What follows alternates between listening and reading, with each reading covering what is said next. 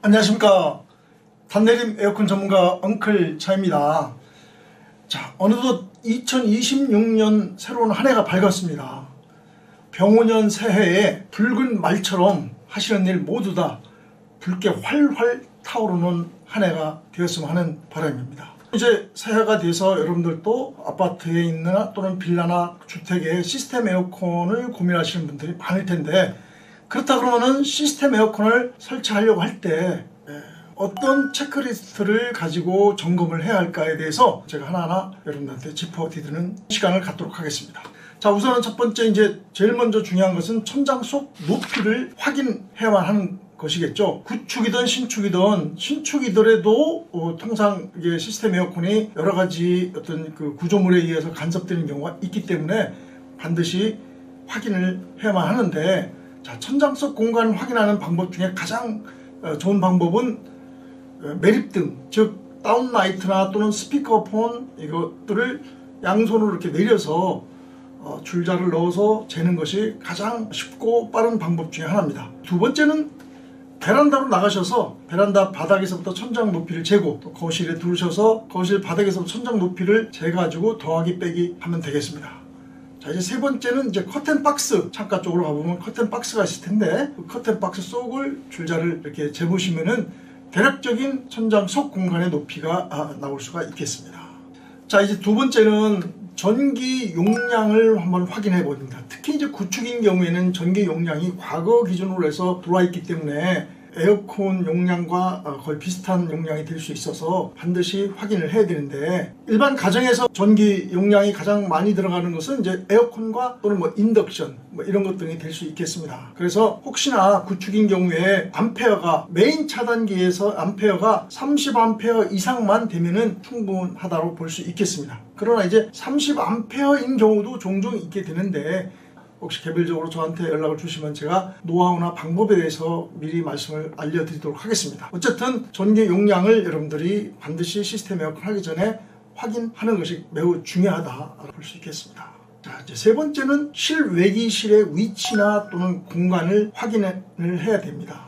통상 이제 실외기실은 외부에 있는 경우가 있을 수 있고 또 내부에 있는 경우가 있을 수 있는데, 최근에는 이제 삼성 디지털 프라자나 또는 뭐 LG 이런 가전업체에 가서 시스템 에어컨을 설치하려고 여러분들이 계약을 하고 나서 진행하는 과정에서 실외기실이 외부에 있는 경우에는 하지 못한다라고 여러분들한테 고지를 하고 돌아가는 경우가 종종 있게 됩니다.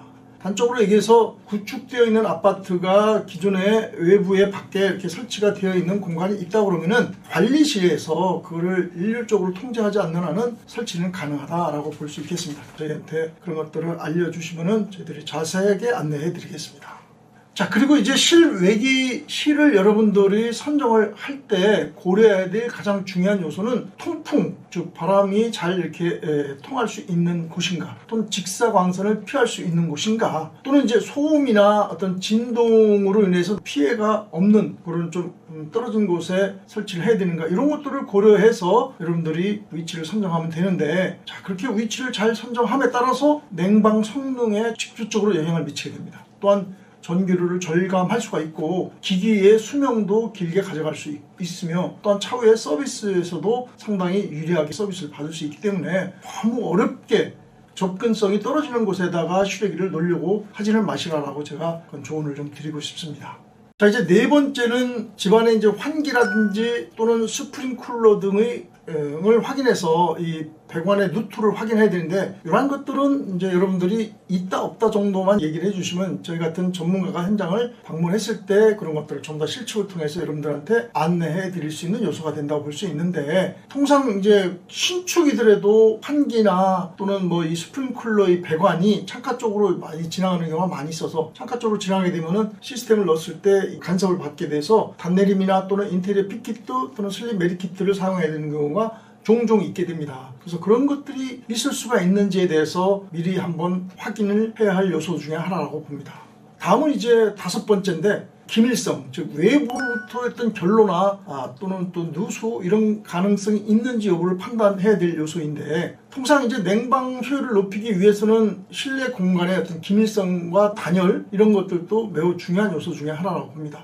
특히 이제 열 전도가 굉장히 빠른 탑 탑층이라든지 또는 다락방 그런 곳에 저희들이 에어컨을 설치할 때는 매우 중요한 요소가 결로 요소가 충분히 있을 수 있다. 그래서 정품 자재 외에도 보온재를 더 두꺼운 것을 쓸 수 있도록 저희들이 이제 조언을 드리고, 물론 뭐 그런 것들이 이제 견적가에 조금은 녹아들었더라도 이후에 문제가 되지 않도록 하기 위해서는 반드시 여러분들이 살고 계신 층이 탑층이나 또는 주상 목함이냐 또는 다락을 가지고 있는 세대냐 이런 것들을 여러분들이 확인을 해서 미리 전문가하고 상의를 해서 자재를 사용을 해야만 됩니다. 이제 이 외에도 뭐 사소한 것들이 여러 가지가 있을 수 있는데 저희들이 또 충분히 여러분들한테 알려드릴 수 있는 요소들이 되고, 지금까지 알려드렸던 6가지 종류 정도는 반드시 시스템 에어컨을 하기 전에는 확인을 해야 할 요소라고 봅니다.